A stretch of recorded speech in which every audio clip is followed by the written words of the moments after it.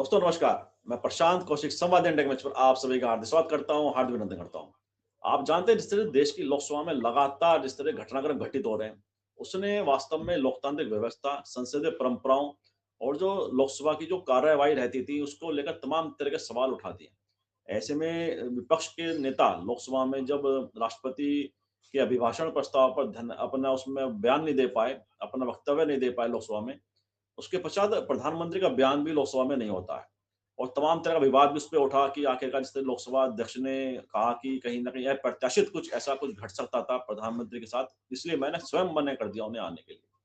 और आज जो विपक्ष की तरफ से जो समाचार सामने आ रहे हैं, वह अविश्वास प्रस्ताव लोकसभा अध्यक्ष के खिलाफ ओम बिरला के खिलाफ ला सकता है। तो आखिरकार इसकी क्या आवश्यकता पड़ रही है? विपक्ष के द्वारा लोकसभा में लोकसभा अध्यक्ष के खिलाफ अविश्वास प्रस्ताव लाने की? इसकी क्या ज़रूरत थी? और किस तरह से लोकसभा में वर्तमान जो पूरा सेशन चल रहा है, उसमें से घटनाक्रम सामने आ रहे हैं, उसके क्या राजनीतिक परिणाम या उसका जो लोकतांत्रिक व्यवस्था को नुकसान हो रहा है, उसके क्या मायने हैं, उसके क्या निहितार्थ हैं? इन सब बातों पर चर्चा करने के लिए हमारे साथ देश के बहुत ही वरिष्ठ राजनीतिक विशेषज्ञ इस चर्चा में शामिल हैं। उनका परिचय आपसे करा देता हूँ। मतलब प्रफुल्ल कोलखैन जुड़े हैं कोलकाता से, बहुत स्वागत करता हूँ, बहुत अभिनंदन करता हूँ। साथ ही सुनील शुक्ला जी भी हमारे साथ प्रयागराज से जुड़ गए हैं, उनका भी बहुत-बहुत स्वागत है, बहुत-बहुत अभिनंदन। प्रफुल्ल जी, आपको क्या लगता है, आपसे शुरुआत करते हैं चर्चा की, कि लोकसभा की जो वर्तमान जो कार्यवाही है, जिसमें लोकसभा अध्यक्ष को लेकर तमाम तरह की टीका-टिप्पणी विपक्ष के द्वारा कही जा रही है कि उनका जो रवैया पक्षपातपूर्ण है। वह विपक्ष के प्रति कहीं न कहीं उनके मन में जो एक संवेदना होनी चाहिए लोकसभा अध्यक्ष, क्योंकि गार्जियन होता है एक तरह से पूरी लोकसभा का, पूरे सदन का, और सभी सदस्य उसके लिए चाहे सत्ता पक्ष के हों, चाहे विपक्ष के सदस्य हों, सभी समान रूप से उसके लिए होते हैं। लेकिन लगातार पक्षपात की बात कही जा रही है और जिस तरह लोकसभा में विपक्ष के नेता राहुल गांधी को नहीं बोलने दिया, उसके बाद तमाम तरह के विवाद सामने आए। आपको क्या लगता है वर्तमान लोकसभा अध्यक्ष का जो व्यवहार है, कार्यशैली को लेकर तमाम बातें जो विपक्ष के द्वारा कही जा रही है, उसमें किस तरह से आप पूरे विषय को देखते हैं? प्रफुल्ल जी। जी नमस्कार सभी साथियों को, सुनील सर को भी, आपको भी।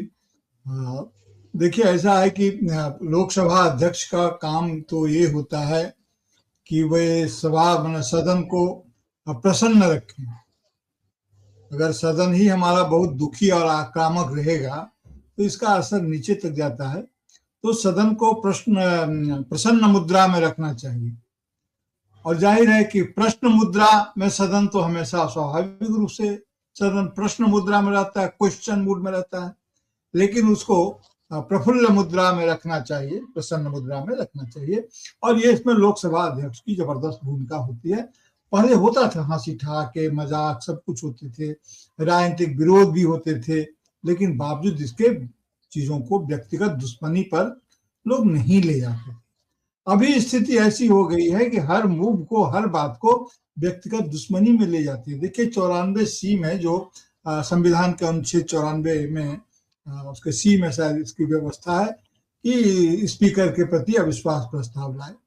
हमारे पुरखों ने जब यह प्रस्ताव किया था कि 94 सी के तहत तो संविधान के अविश्वास प्रस्ताव लाने की बात कही थी, तो उन्होंने इस बात को ध्यान रखा था कि ये इसमें किसी संवैधानिक प्रावधानों के उल्लंघन की बात न रखी जाए, कोई आरोप न लगे, कोई पर्टिकुलर आरोप लगाए बिना भी ये हो सकता है उनको लगाए इनको, लेकिन निश्चित रूप से उसके पास कारण होना चाहिए। इसलिए सदन के विवेक पर भी छोड़ा कि इनको ये लगाए, कोई लांछन ना हो, क्योंकि कोई कारण लगेगा तो फिर दूसरी समस्याएं खड़ी हो सकती है।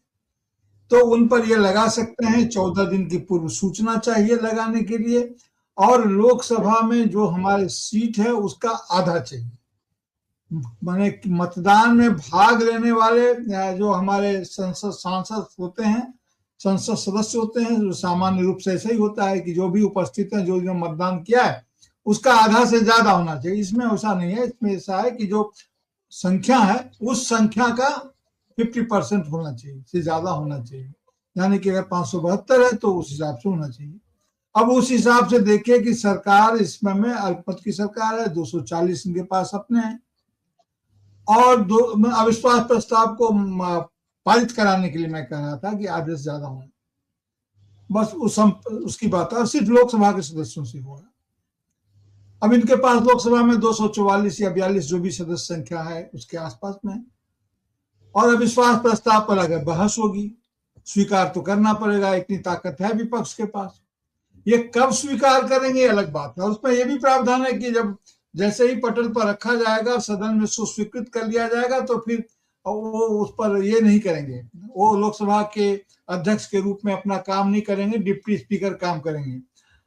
दुर्भाग्यजनक स्थिति यह है कि इनकी सरकार में अभी मोदी जी जब से आए हैं तब से डिप्टी स्पीकर का शायद पद ही नहीं है, मतलब उसको कोई है ही भरा ही नहीं गया है।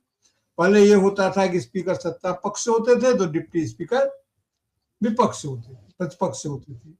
इस बार जब उम्मीद हुई कि नहीं गठबंधन की सरकार है तो डिप्टी स्पीकर चलिए विपक्ष से न सही किसी दूसरे दल से ही सही हो जाएगा, लेकिन कोई ना कोई डिप्टी स्पीकर होगा, लेकिन नहीं हुआ। हाँ, स्पीकरों का एक पैनल होता है, वो है और काम कर रहे हैं। तो वो अगर नहीं है तो कोई जो भी पैनल से इसको चुना जाएगा, कहा जाएगा, वो करेंगे। लेकिन कौन चुनेगा, सवाल यह है, क्योंकि स्पीकर तो काम कर नहीं पाएंगे तो, और वो चुन नहीं सकते हैं, तो सरकार अकेले नहीं चुन सकती है कि पैनल में से कौन जाएगा।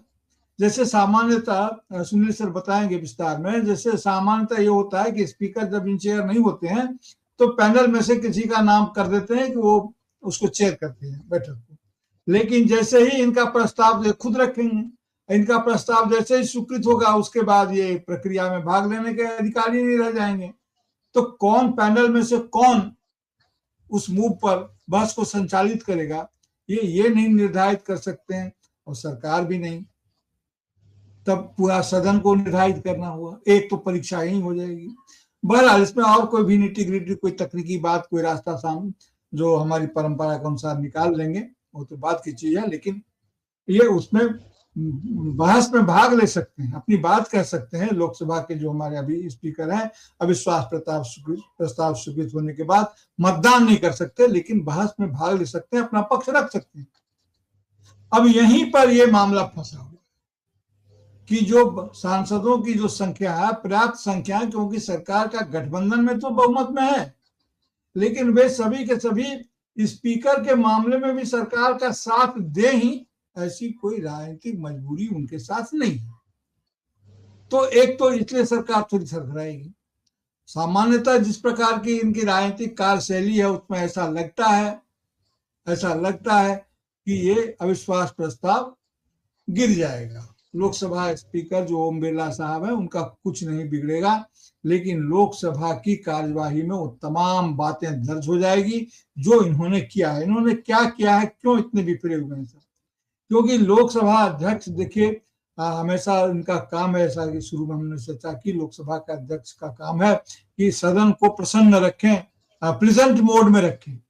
अब ये इन्होंने हमेशा इसको आक्रामक और आक्रोश से भरा होने दिया और लगा कि युद्ध के मैदान में बदलने देने में इन्होंने कोई संकोच नहीं किया, कोई रोका नहीं।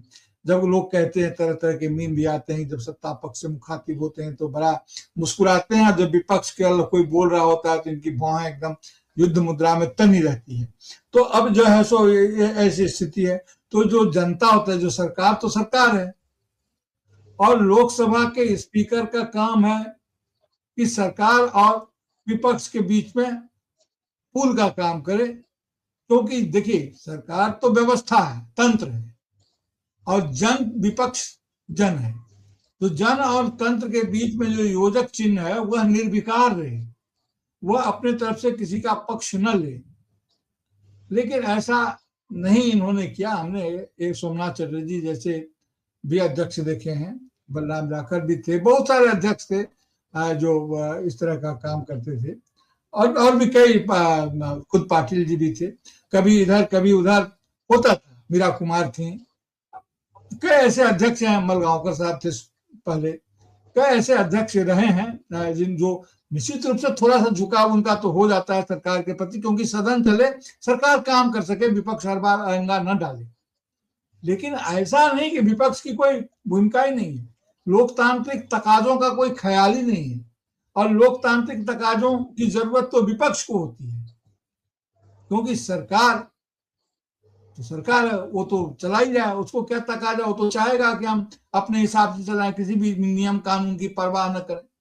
लेकिन नियम कानून की परवाह कराने के लिए लोकतांत्रिक तकाजों की जरूरत, तकाजों की पुकार, उसकी दुआएं विपक्ष देता है। अगर अब विपक्ष की आवाज को अगर आप ध्यान नहीं देते, इसका मतलब यह है कि आप लोकतांत्रिक प्रक्रियाओं के तकाजों की अवहेलना कर रहे हैं, और ये काम ये लगातार करते रहे। पिछली बार भी किया था। हमारे जो इस बार लग रहा था कि नहीं, चूंकि बहुमत नहीं है, शुरू में लग रहा था कि नहीं थोड़ा सा नरम पड़ेंगे, लेकिन नहीं, जगदीप धनखड़ जी के जाने के बाद इनमें और एक तेवर आ गया है, क्योंकि जगदीप धनखड़ जिस ढंग से गए वहां भी वही हालत थी। उनके पास भी सामान्य बहुमत से ही उनका भी हो जाता इम्पीचमेंट। तो जिस ढंग से वो गए, क्योंकि लेकिन वो उपराष्ट्रपति थे, जगदीप धनखड़ उपराष्ट्रपति थे, उनका पद भारी था, वो अपर हाउस है, लोकसभा लोअर हाउस है।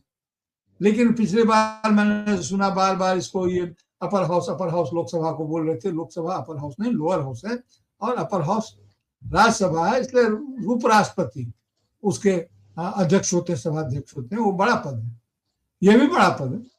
मैं दोनों की तुलना नहीं कर रहा हूं, मैं सिर्फ संवैधानिक प्रावधान की बात कर रहा हूं। तो इनको इस तरह की बात है, तो इसलिए अगर विपक्ष ने अगर यह मन बनाया है देने का, तो स्वाभाविक है। फौरी कारण क्या है कि देखिए कि कैसा एक कारण इन्होंने बताया कि प्रधानमंत्री को लोकसभा में आने में अप्रत्याशित कुछ भी हो जाने का डर दिखलाया गया, इन्होंने मना कर दिया। ऐसा कोई इंटेलिजेंस होता, रिपोर्ट होती, तो पहले गृह मंत्री को होती। अगर ऐसी कोई रिपोर्ट होती है, तो स्वाभाविक बात यह है कि प्रधानमंत्री की तरफ से या सरकार की तरफ से या संसदीय कार्य मंत्री की तरफ से यह प्रस्ताव आता कि चूंकि प्रधानमंत्री अपने को असहज महसूस कर रहे हैं, तो लोकसभा अध्यक्ष इस बात की अनुमति दें, उन्हें लीव दें कि वे अपना भाषण राज्यसभा में रखें, इसमें आने से उनको छूट दें। ये सरकार की तरफ से अप्लाई होता है। सुबह मोटो विधान अध्यक्ष महोदय ने कह दिया कि हमने उनसे आग्रह किया था। भाई, लोकसभा के स्पीकर के आग्रह का मतलब आदेश होता है। और कल को आप नेता प्रतिपक्ष को कह देंगे कि नहीं नहीं, आपके सत्ता पक्ष के लोग आपको खूब ट्रोल करेंगे, हम आपकी सुरक्षा की गारंटी नहीं लेते, अप्रत्याशित कुछ भी हो सकता है, आप सदन में नहीं आइएगा, किसी भी सदस्य को कह सकते हैं। लोकसभा के भीतर में देखिए, प्रधानमंत्री तो ठीक है, लेकिन लोकसभा के भीतर में और उनकी जो उपस्थिति होती है वो सदस्य की तरह होती है। लोकसभा में सभी सदस्य हैं, और क्योंकि डेमोक्रेसी का नॉर्म है, सुनील सर सहमत होंगे, वन अमॉन्ग्स द इक्वल्स, वो भी उतना ही बड़ा जनप्रतिनिधि है जितने पर प्रधानमंत्री, जितने की नेता प्रतिपक्ष हैं। उनको दायित्व लोकसभा के तरफ से दिया गया है, इसलिए वे लोकसभा के प्रति दायित्व, उनकी जवाबदेही होती है। तो इस बात को, ये जो राजनीतिक संवेदनशीलता है, इसकी जो तकनीकी है, इसकी पूरी की पूरी अवहेलना की। और शुरू में ही राहुल गांधी ने कहा था कि जब आप प्रधानमंत्री से मिलते हैं तो आप एकदम ऐसे हो जाते हैं, जब हमसे मिलते हैं तो ऐसे हो जाते हैं। यानी कि उन्होंने कहा था, तो उन्होंने उम्र का हवाला दिया, उन्होंने कहा कि वो सब ठीक है, लेकिन लोकसभा के अध्यक्ष में, चेयर में आप सबसे बड़े हैं, चेयर में आपको सबके साथ समान व्यवहार करना चाहिए। आदि आदि कई तरह की बातें शुरू से जमा हो रहा था। लेकिन मैं ये कह रहा हूँ कि जगदीप धनखड़ ने जिस तरह का व्यवहार किया था, उसके बाद हठात जिस प्रकार से उनको इस्तीफा करना पड़ा, उससे भी हो सकता है असर पड़ा हो। तो जो सत्ता पक्ष कहता है वो करते हैं, और ये तो बहुत ही एक ऐसा नमूना है लोकसभा अध्यक्ष की तरफ से कि आपका सरकार का की तरफ से प्रस्ताव आता, आप उसे अनुमोदित करते तो भी कष्टपूर्वक करते, लेकिन आपने सुबह मोटो कह दिया कि नहीं, आपको आने की जरूरत नहीं है, आपका खतरा, और जिन तत्वों से खतरा था का पुख्ता जानकारी, उन तत्वों के खिलाफ आपने क्या कार्रवाई की? कोई एफआईआर हुआ, कोई जांच हुई? बाकी तो 8 लोगों को आपने निकाल दिया, 100-150 सांसदों को निकाल दिए जाने का रिवाज रहा आपने।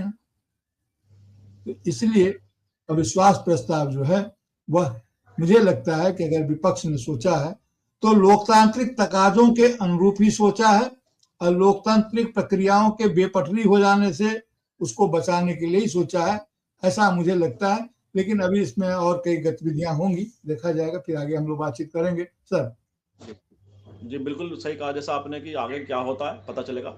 अच्छा सुनील जी, क्या लगता है आपको, जैसे प्रफुल्ल जी ने भी बताया पूरा लोकसभा के बारे में, तो वहाँ की जो पूरा जो जिससे लोकसभा स्पीकर का बयान सामने आया है, जिससे लोकसभा स्पीकर ने बात कही है कि अप्रत्याशित कुछ हो सकता है, उससे हमारी जो देश की जो प्रतिष्ठा है उसको कितना नुकसान हुआ है, उसको कितनी हानि हुई है, और पूरे लोकसभा की जो संसदीय परंपरा है क्योंकि एकदम से अप्रत्याशित चीज हुई है ये। इस तरह कभी कोई सोच नहीं सकता था कि देश की लोकतांत्रिक सदन के अंदर ऐसी घटना भी होगी कि ऐसा कहा जाएगा सब कि आप अंदर ना आए, प्रधानमंत्री को कहा जाएगा ये।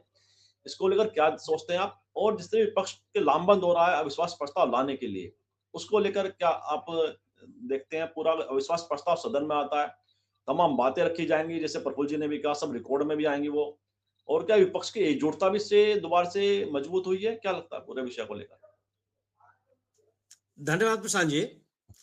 लोकसभा के अध्यक्ष ने जिस तरह का वक्तव्य दिया या जिस तरह का स्टैंड लिया इस मुद्दे को लेकर के राष्ट्रपति के भाषण के दौरान विपक्ष के नेता के भाषण को, उनके वक्तव्य को देने या न देने को, ऐसा तो कभी भारतीय इतिहास, संसदीय इतिहास में कभी देखा नहीं गया कि राष्ट्रपति के अभिभाषण पे चर्चा हो और विपक्ष के नेता को न बोलने दिया जाए, सत्तारूढ़ दल के द्वारा हंगामा हो जाए और पूरे भाषण में विपक्ष के नेता शामिल न हो और प्रधानमंत्री में जो बोलने के लिए जो निर्धारित किया गया था समय, वह लोकसभा के स्पीकर के आग्रह पे न आने के लिए मान जाए, ये भी कभी नहीं हुआ। और लोकतांत्रिक व्यवस्था में यह बहुत अच्छी बात नहीं है, बल्कि खराब बात है। इससे लोकतांत्रिक मर्यादाएं और लोकतांत्रिक परंपराएं प्रभावित होती हैं। विपक्ष का नेता अगर राष्ट्रपति के भाषण पर नहीं बोलेगा तो कौन बोलेगा? जिस तरह के तर्क दिए जा रहे थे उनके भाषण को लेकर के, वो तो कहीं से भी उचित नहीं लगते। जो बात कही जा रही है कि आप ऐसी किताब का उल्लेख नहीं कर सकते जो अप्रकाशित न हुई हो। हो सकता है कि अप्रकाशित न हुई हो, लिखी गई है कि नहीं लिखी गई, वो किताब लिखी गई है कि नहीं, लोकार्पण न हुआ हो सकता कि न हुआ हो। सवाल इस बात का है कि जो तथ्य बताई जा रही है, जिस किताब का उल्लेख किया जा रहा है, वह तथ्य, वह पहली बात तो किताब लिखी गई कि नहीं, और वह उस तथ्य का उल्लेख उस किताब में है या नहीं। अगर वो किताब लिखी गई है तो ठीक है, नहीं भी की, नहीं लोकार्पण हुआ, ये बड़ा सवाल है। और दूसरी चीज कि आप इससे इनकार नहीं कर सकते क्योंकि उस किताब के बारे में एक मैगजीन में छपा, वह पब्लिक डोमेन में है। उसका खंडन तो पब्लिशर ने किया, न लेखक ने किया, न सरकार की तरफ से कहा गया कि वो किताब प्रतिबंधित है, तो क्यों नहीं बोलने देंगे आप? प्रतिबंधित किताबों को लेकर तो निशिकांत दुबे जी पूरा भाषण दे डाले, तब तो आपने कुछ भी नहीं कहा। उसमें तो कई ऐसी किताबें हैं जिसका उल्लेख कर रहे थे वो, जिसको प्रतिबंधित है, उनकी आप चर्चा नहीं कर सकते, लेकिन वो बोले, कोई नहीं रोका। तो प्रश्न इस बात का है, और अगर भारत किसी देश का प्रधानमंत्री अपनी संसद में सुरक्षित नहीं है, तो किस बात का अपने उस सदन का नेता है? वो तो सदन का नेता है, विपक्ष का भी नेता है और पक्ष का भी नेता, सत्तारूढ़ पक्ष का भी नेता है, और उनके बारे में कहा जाए कि आप सुरक्षित नहीं है। दूसरी चीज, हो सकता है कि असुरक्षा का वातावरण हो सकता है कि इस तरह की स्थितियां हो, लेकिन कहीं ना कहीं से आप सपोर्ट तो होना चाहिए। अगर इस बात की आशंका थी कि महिला सदस्य प्रधानमंत्री के साथ दुर्व्यवहार कर सकती हैं, उनके ऊपर हमला कर सकती हैं, तो वो उसका आधार क्या है? और ये तो आपराधिक काम है, उसके खिलाफ कोई एफआईआर भी होनी चाहिए, जांच बैठनी चाहिए, वो भी नहीं हुआ। और जो घटना है उसके 24 घंटे के बाद लोकसभा के अध्यक्ष इस तरह की बात करते हैं। तो जो लोकसभा के अध्यक्ष ने कहा या प्रधानमंत्री के द्वारा संसद में, लोकसभा में आना, यह दोनों चीजें मतलब इस संसदीय इतिहास का काला दिन है। यह कहीं से भी उचित नहीं है, कहीं से भी इसका समर्थन नहीं है। प्रश्न इस बात का है। और दूसरी चीज की जो विपक्ष विश्वास प्रस्ताव ला रहा है, स्वाभाविक सी बात है कि विपक्ष के पास क्या बचा है? आज ही आप देखिए ना, आज थोड़ी सुनवाई के बाद पूरे दिन की कार्रवाई स्थगित हो गई। भाई अगर सदन में अगर महिला सांसदों ने, कांग्रेस के महिला सांसदों ने कोई नोटिस दिया है तो उसका संज्ञान नहीं लेंगे आप। नियम नियमावली किस लिए होती है? सदन सदस्यों के लिए है ना, कि सदन केवल सरकार के लिए है, सदन केवल लोकसभा अध्यक्ष के लिए, सदन केवल सदन के नेता के लिए है, सदन केवल विपक्ष के नेता के लिए, सदन सबका है, सभी सदस्यों के। अगर सदस्यों ने अपनी कोई आपत्ति दर्ज की है, उन्होंने कोई शिकायत दर्ज किया है, तो उसकी सुनवाई नहीं होगी। लोकसभा के विपक्ष के सदस्य के खिलाफ, अध्यक्ष के खिलाफ इस तरह का विश्वास प्रस्ताव आना भी संसदीय कार्रवाई के ऊपर एक बड़ी भारी टिप्पणी है। एक ऐसा अध्यक्ष जिसको सभी ने सर्वसम्मति से चुना, विपक्ष के नेताओं ने सदन के बीच से उनको साथ ले जाकर के उनको शासन तक बैठाया, उस अध्यक्ष के प्रति अविश्वास प्रस्ताव की स्थिति पैदा हो जाए, ये तो बहुत बड़ी टिप्पणी हो गई पूरे कामकाज को लेकर के। मैं नहीं कहता कि वो कोई सरकार अगर लोकसभा अध्यक्ष के पक्ष में खड़ी है तो अब वो प्रस्ताव पारित हो जाएगा। लेकिन अगर चर्चा की भी नौबत आई और जो बातें कही जाएंगी वह बहुत ही असामान्य बातें हो, या कोई हमारे आने वाले दिनों में जो लोग इसका अध्ययन करेंगे उनके लिए भी कोई बहुत अच्छा संदेश नहीं हो। ये नौबत नहीं आनी चाहिए। यह बात सदन के सभी सदस्यों को अपनी बात करने का मौका मिलना चाहिए। और ये कहा जाता है कि लोकसभा अध्यक्ष का संरक्षण विपक्ष को चाहिए।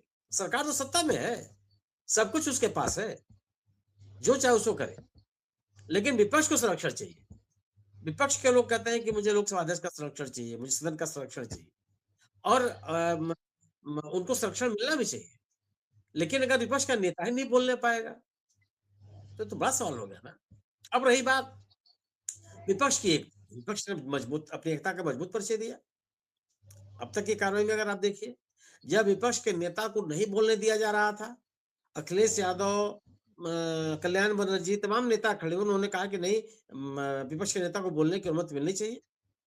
उन्होंने यहां तक कहा कि अगर आज आप विपक्ष के नेता को नहीं बोलने दे रहे हैं, कल आप किसी को नहीं बोलने देंगे। वो एकजुट खड़े हुए। और आप देखें कि राष्ट्रपति के अभिभाषण में विपक्ष के किसी भी सदस्य ने भाग नहीं लिया। यह भी इतिहास बन गया कि अभिभाषण पर विपक्ष का कोई सदस्य बोले ही नहीं, शामिल नहीं हुआ उस पर चर्चा में। एक किस तरह का माहौल है। और ये जो विपक्ष के नेता को ऐसा तो है नहीं कि जबरदस्ती थोप दिए गए हैं, वो भी चुने हुए प्रतिनिधि हैं। जनता ने उनको विपक्ष की भूमिका अदा करने के लिए चुना हुआ है, और आप उनको इस भूमिका में रहने नहीं देना चाहते। उनकी बात ही आप नहीं सुनने के लिए आप तैयार हैं। कैसे इसको स्वीकार किया सकता है? क्यों स्वीकार किया सकता है? तो विपक्ष ने आज भी जो लोकसभा की कार्रवाई हो रही थी, उस विपक्ष ने बड़ी मजबूती के साथ अपने एकता का परिचय दिया। वो कांग्रेस के नेता के साथ खड़े रहे, विपक्ष के नेता के साथ खड़े रहे। आज केंद्रीय बजट में चर्चा में भाग लेने के लिए कोई विपक्ष का नेता तैयार नहीं हुआ। भाई किस बात के लिए चर्चा करेंगे आप? अगर आप विपक्ष के नेताओं की बात सुनेंगे ही नहीं, तो केवल भाषण करने के लिए आए हैं क्या? वो केवल जो सत्तारूढ़ दल है उसका जो गेम है उसमें शामिल होने के लिए आए? क्या सत्तारूढ़ दल का वो गौरवगान करने के लिए आए? अपनी बात तो कहेंगे ना, और अपनी बात तो अपने अनुसार कहेंगे। आप कहेंगे नहीं, अभिभाषण में तो आप केवल राष्ट्रपति का भाषण बात कीजिए। अरे तो ये कैसे तय होगा कि जो बात वो कह रहा है अभिभाषण का पक्ष नहीं है? सरकार की आलोचना का कोई तरीका अपना सकते हैं? इस तरह का निर्धारण कैसे किया जा सकता है? और जो बात कही जा रही है, सही बात कही प्रफुल्ल जी ने, कि लोकसभा के अध्यक्ष के स्पीकर के पास ऐसी कौन सी एजेंसी है जिसके पास इतनी खुफिया जानकारी उनको मिल गई? निश्चित रूप से केंद्रीय एजेंसियों की भूमिका होगी इसमें। कोई अपना इंटेलिजेंस तो है नहीं लोकसभा अध्यक्ष के पास। और अगर केंद्रीय एजेंसियों की जानकारी के आधार पर बात कही जा रही है, तो केंद्रीय एजेंसी डायरेक्ट तो लोकसभा अध्यक्ष के पास जाएंगे नहीं, वो तो गृह मंत्रालय के अधीन काम करेंगे। उन्होंने कोई रिपोर्ट दी है आपको, क्या कहा है, सब कुछ सार्वजनिक होना चाहिए। लोकतांत्रिक प्रक्रिया में, लोकतांत्रिक बहस में पारदर्शिता बहुत महत्वपूर्ण है। अगर वो पारदर्शी तौर तरीके से काम नहीं होता तो लोगों के मन में तरह तरह के संदेह पैदा होते हैं।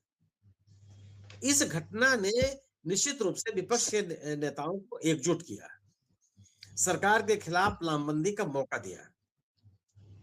सरकार के खिलाफ विपक्ष के नेता एकजुट है। इक्का दुक्का लोग जो कभी कभी सरकार के पक्ष में बोल देते थे, वही बोलने के लिए तैयार नहीं है, और जबरदस्त तरीके से वो एक साथ खड़े हैं। जरूरी भी था ये। और जो सरकार कोशिश कर रही थी कि विपक्ष में दरार पड़ जाए या विपक्ष के लोग अलग थलग पड़ जाए, वो नहीं दिखाई पड़ा। सबको ये लग रहा है कि जो सरकार ने रवैया अख्तियार किया है वह लोकतंत्र के पक्ष में नहीं है, वह विपक्ष के अनुकूल नहीं है। और विपक्ष के अभाव में कोई लोकतंत्र नहीं चलता, आलोचना के अभाव में कोई सरकार नहीं चलती। जो घटनाक्रम है वो और विपक्षी एकता दिखाई पड़ रही है आपको। आज देखिए कहाँ लोकसभा चल पाई। निश्चित रूप से राज्यसभा, लेकिन लोकसभा में तो नहीं चल रही, जहाँ पे हंगामा बना हुआ है। तो मेरा अपना मानना है कि जो भी घटनाक्रम हुआ है, विपक्ष के नेता का के भाषण न देने या नरवणे साहब की किताब का उल्लेख या प्रधानमंत्री का राष्ट्रपति के अभिभाषण पर आकर के लोकसभा में भाषण का जवाब न देना, विपक्षी नेताओं के द्वारा लोकसभा अध्यक्ष के साथ खड़ा रहना। अच्छा, मैं तो प्रफुल्ल भैया जी, सुनील जी काफी विस्तार से पूरे विषय को बताया। उन्होंने बताया किस तरह से सारी जो चीजें डेवलप दिखाई देती हैं लोकसभा के अंदर होते हुए, सब पक्ष विपक्ष की लगातार तल्खी बढ़ती जा रही है। ऐसे में आपको क्या लगता है इस विषय को लेकर कि जिस तरह से नियम का हवाला दिया गया, जब लोकसभा में विपक्ष के नेता बोल रहे थे, वो कोट कर रहे थे सेनाध्यक्ष की, पूर्व सेनाध्यक्ष की, नरवणे जी की किताब का, उन्हें नियम के दुहाई देकर, नियम की बात कहकर उन्हें बोलने नहीं दिया। लेकिन उसके अगले दिन सत्ता पक्ष के एक सांसद ने खुलकर पूर्व प्रधानमंत्रियों का चरित्र हनन करने का प्रयास किया। पंडित जवाहरलाल नेहरू, इंदिरा गांधी, सोनिया गांधी को लेकर तमाम ऐसी बातें कहीं जो भी शोभनीय किसी भी तरह से नहीं कह सकती, अशोभनीय बातें थी। ऐसे में उसी नियम में वो कैसे बोल गए लोकसभा के अंदर, और पूरे विस्तार से उन्हें पूरी बात कहने का मौका दिया गया, उन्हें पूरी किताब को दिखाने का मौका दिया गया। टीवी जो संसद टीवी है लगातार उस पर फोकस करता रहा। ऐसे में एक ही नियम एक लोकसभा विपक्ष के नेता के लिए अलग तरह की परिभाषा वहां पे दी गई, और उसी नियम के अंतर्गत दूसरे सांसद को बोलने दिया गया। और जो भी बड़े ऐसे बातें थी जो कि एक लोकतांत्रिक, अगर हम बात करें व्यवस्था में, ऐसी बातें शोभनीय किसी तरह से नहीं होती। तो क्या लगता है आपको, नियम के इस तरह दोहरे मापदंड कहां तक उचित है, या ये तल्खियां बढ़ा रही है पक्ष और विपक्ष के बीच में, क्या लगता है? देखिए, उसको तो बहुत टैक्टफुली डील किया गया। आप जिस संदर्भ का उदाहरण दे रहे हैं, लोकसभा के स्पीकर जो उसमें में इंचेयर थे, वो लगातार कह रहे थे कि आप इसको नहीं पढ़ सकते हैं, इसको नहीं पढ़ सकते, लेकिन वो बोले जा रहे थे। आप ऐसा वो बोले जा रहे थे, किताब दिखाए भी जा रहा था। तो आज का जो जमाना है, जो कि इसको सेंट्रली, इसका मतलब डिजिटल, तो इसका डायरेक्ट टेलीकास्ट हो रहा होता है। तो उसके बाद अगर लोकसभा की कार्रवाई से इसको हटा भी दिया जाए तो हो सकता है कि रिकॉर्ड में नहीं रहेगा, लेकिन ये सामग्री डिजिटली तो अवेलेबल रहेगी, लोगों ने देख लिया। यही काम राहुल गांधी ने नहीं किया, वो पढ़ते चले जाते।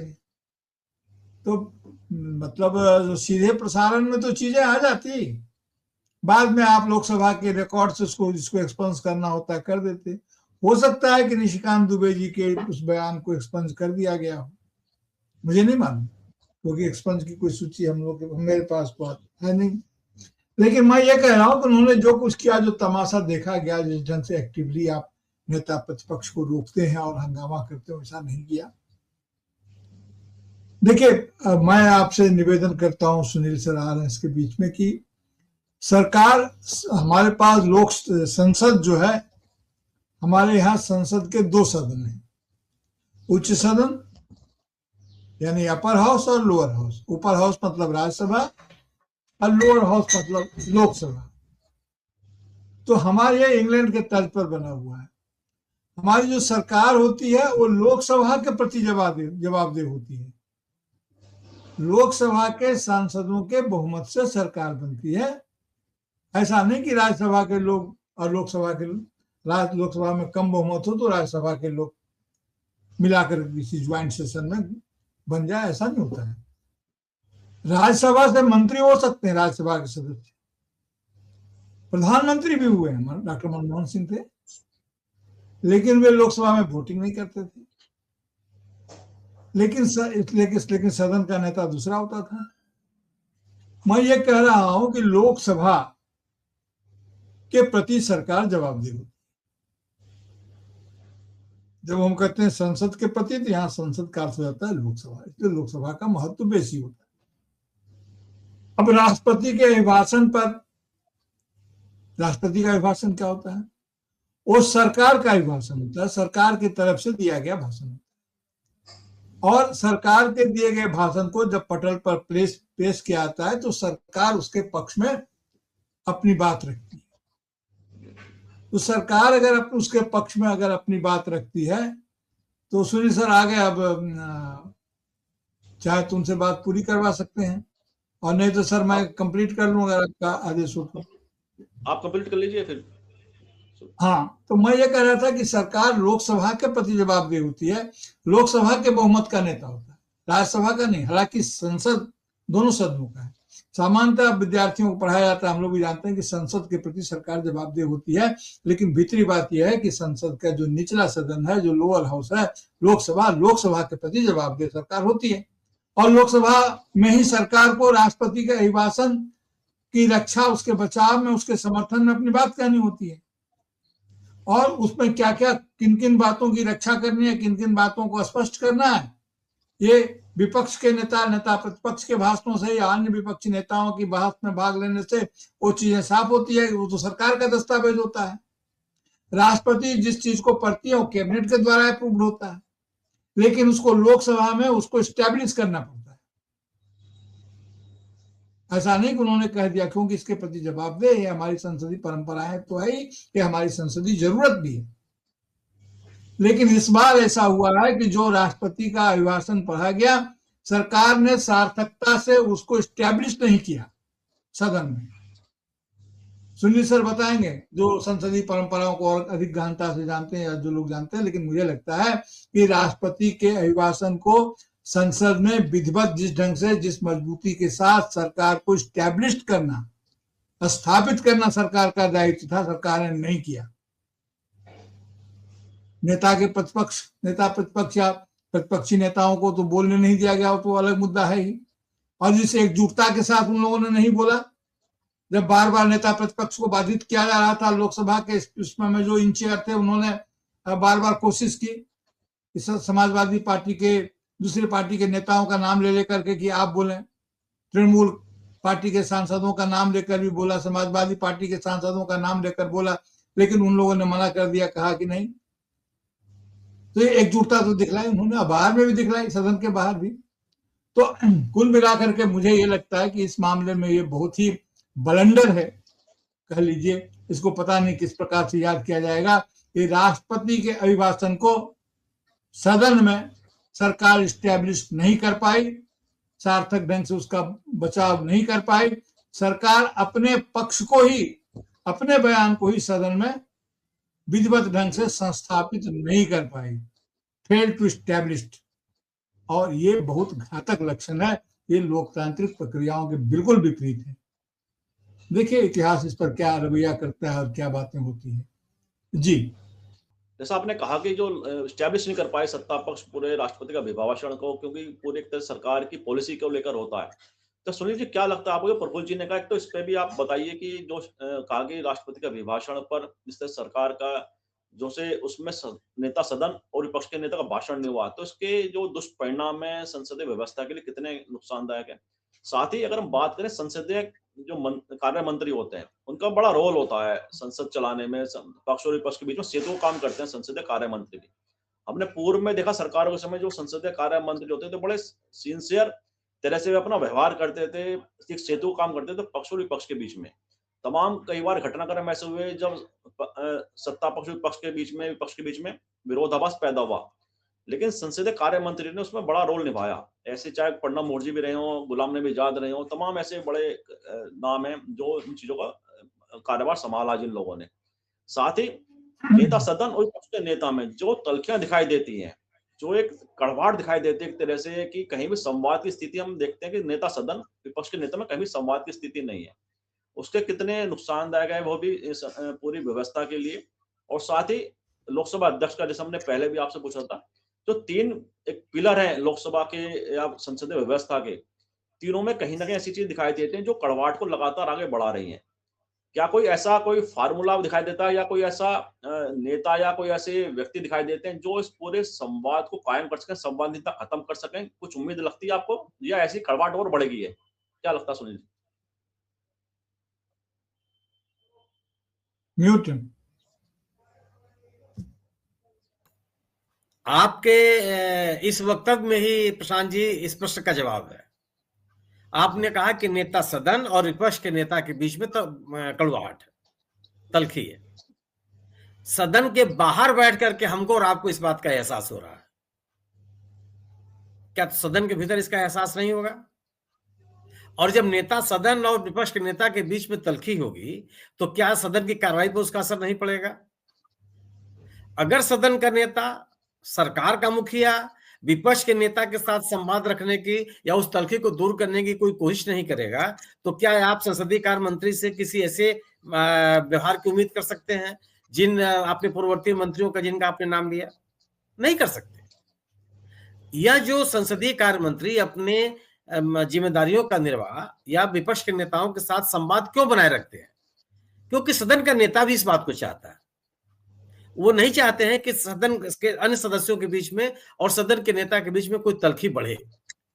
सदन का संसदीय कार्य मंत्री उस क्षेत्र का काम करता है, सबसे बात करता रहता है, फ्लोर मैनेज करता है। लेकिन जब अगर आप विपक्ष के नेताओं के साथ कोई संवाद सरकार नहीं करना चाहती, सदन का नेता नहीं करना चाहते, सरकार के कामकाज में, संसदीय कार्रवाई के कामकाज में विपक्ष के नेताओं के साथ कोई सहयोग आप नहीं लेना चाहते, तो स्वाभाविक सी बात है कि संसदीय कार्य मंत्री अपनी जिम्मेदारी को निर्धारित कर लेंगे स्वतः कि मुझे क्या करना है। अगर विपक्ष के नेता को बोलने नहीं दिया गया, तो यह चिंता सदन के नेता की भी होनी चाहिए कि मैं एक ऐसे सदन का नेता हूं जहां विपक्ष के नेता को ही बोलने का मौका नहीं मिल रहा, या जिच नहीं खत्म हो रही है कि क्या बात सदन में की जाए और क्या बात सदन में न की जाए। ऐसी कोई पहल नहीं दिखाई पड़ी। यह अतीत में भी ऐसा कभी नहीं हुआ।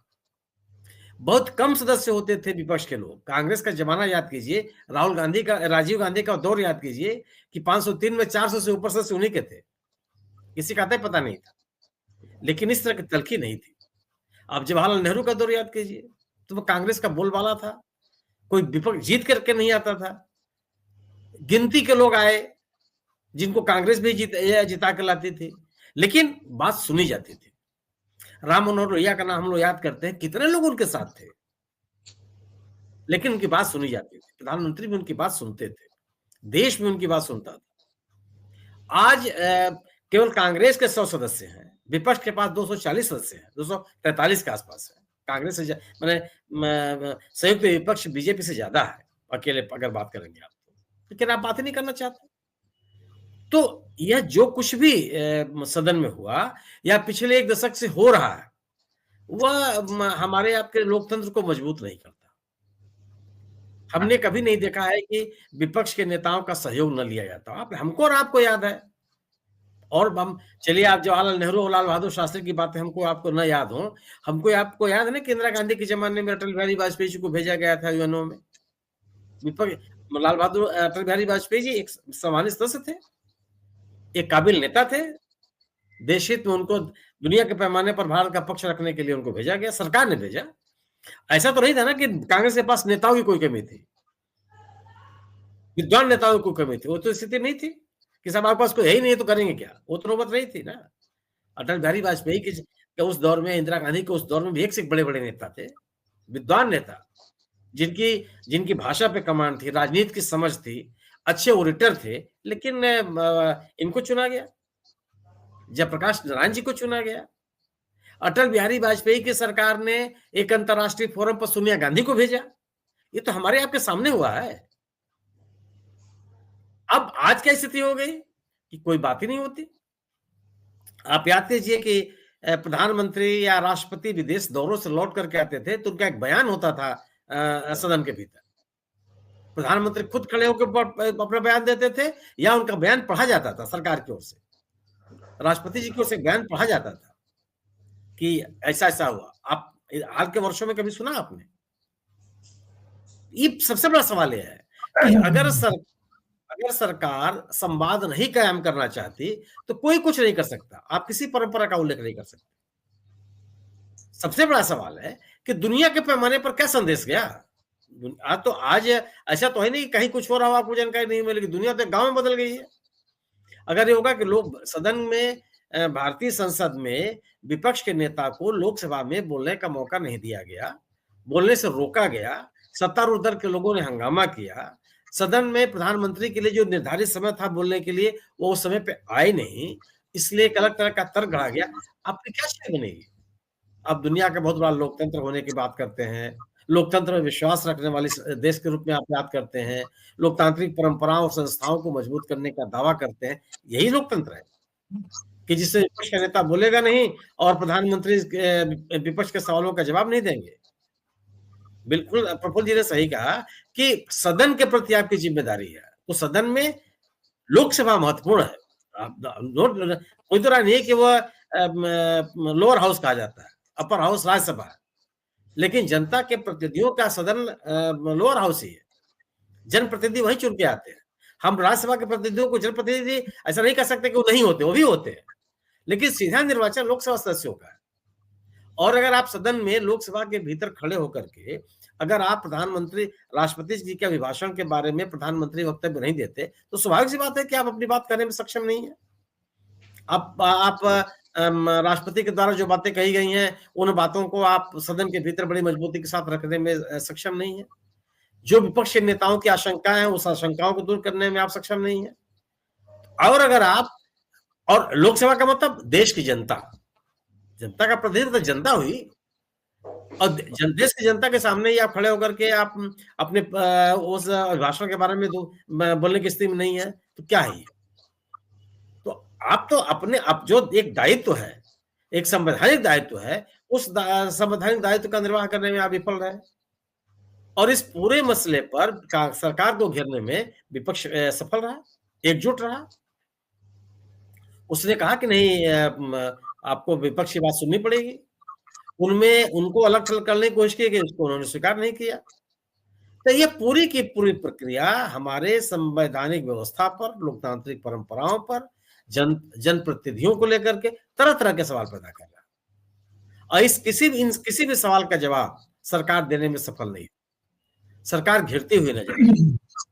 और जिस किताब का उल्लेख किया राहुल गांधी ने, उस किताब के जरिए तो पूरी सरकार के नेतृत्व के ऊपर उन्होंने हमला किया। सवाल इस बात का नहीं है कि राहुल गांधी किस किताब से उसकी चर्चा कर रहे हैं, वो किताब प्रकाशित हुई है नहीं हुई है। सवाल यह है कि राहुल गांधी कह क्या रहे हैं, राहुल गांधी का विपक्ष के दल कह क्या रहे हैं। विपक्ष का नेता यह कह रहा है कि जब देश की सीमाओं के ऊपर खतरे की स्थिति आई, तब जो राजनीतिक नेतृत्व था, सरकार थी, उसने अनिर्णय की स्थिति में वो खड़ी हो गई। ये बड़ा सवाल है।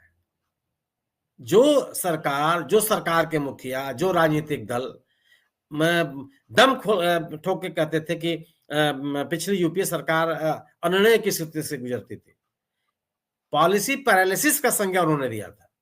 कौन पॉलिसी पैरालिसिस में है? लोकसभा में विपक्ष के हंगामे के कारण सदन में न आना और जवाब न देना, यह एक मजबूत नेतृत्व का परिचायक है। या जब देश की सीमाओं के ऊपर खतरे की स्थिति पैदा हुई, तब कोई राजनीतिक निर्णय न लेना, कोई कार्रवाई न करना, यह क्या मजबूत नेतृत्व का परिचायक है? बड़े सवाल पैदा किए। इन सवालों का जवाब मिलना चाहिए। राज्यसभा में जाकर के प्रधानमंत्री जी ने भाषण दे दिया, कोई दो नहीं, ठीक है, वो भी उनका राज्यसभा में भाषण होता है प्रधानमंत्री का, लेकिन वह विकल्प नहीं है।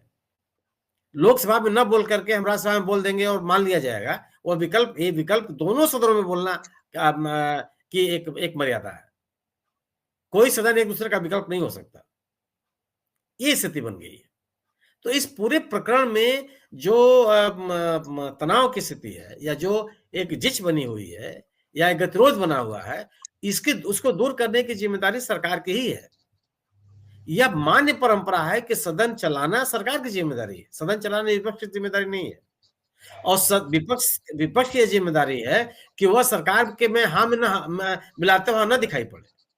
अगर सरकार के हाँ में हाँ मिलाने के लिए ही बना हुआ है, तो उसको फिर विपक्ष का मतलब क्या रह गया? किस बात का विपक्ष? विपक्ष तो आलोचना करने के लिए है, आलोचना करेगा, सरकार को सुनना पड़ेगा। सरकार किसी आड़ में उसको खारिज नहीं कर सकती। तो इस पूरे घटनाक्रम का एक बड़ा मुद्दा यह है कि सरकार विपक्ष के सवालों का जवाब नहीं दे पाई, वह भागती हुई नजर आई।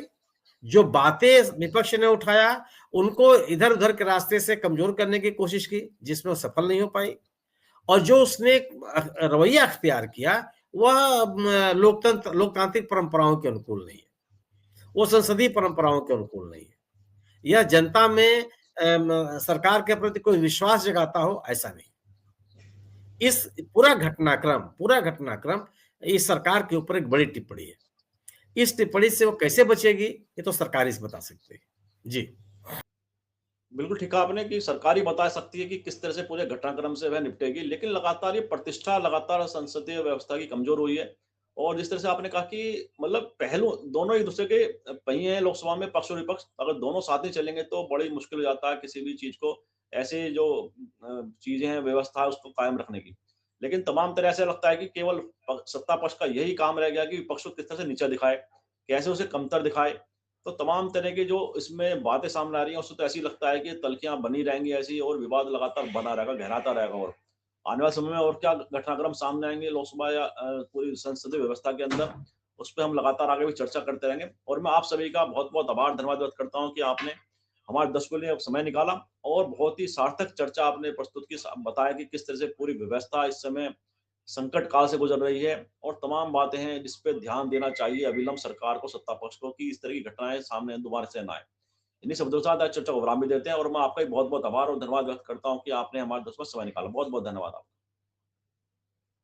और मैं आप सबसे आग्रह करता हूँ, इस वीडियो लाइक करें, शेयर करें, कमेंट करें। साथ ही संवाद इंडिया यूट्यूब चैनल को सब्सक्राइब करें, बेल आइकन अवश्य दबाएं, इससे चैनल की अपडेट आपको समय से मिलते रहे। साथ ही का आग्रह और हमारे कमेंट बॉक्स में भी अपनी प्रतिक्रिया को अवश्य लिखें, जिससे हमें पता चले कि आपको हमारी चर्चा कैसी लग रही है। आपको सुझाव अगर देना चाहते हैं वो भी दीजिए, कि आपके सुझाव से हमारा मार्गदर्शन होता है। पुनः आग्रह कि हमारे यूट्यूब चैनल को जरूर सब्सक्राइब करें, साथ ही हमारे जो चैनल का लिंक है उसको भी सभी अपनों को जरूर शेयर करें। आप सभी का पुनः बहुत बहुत आभार, बहुत बहुत धन्यवाद।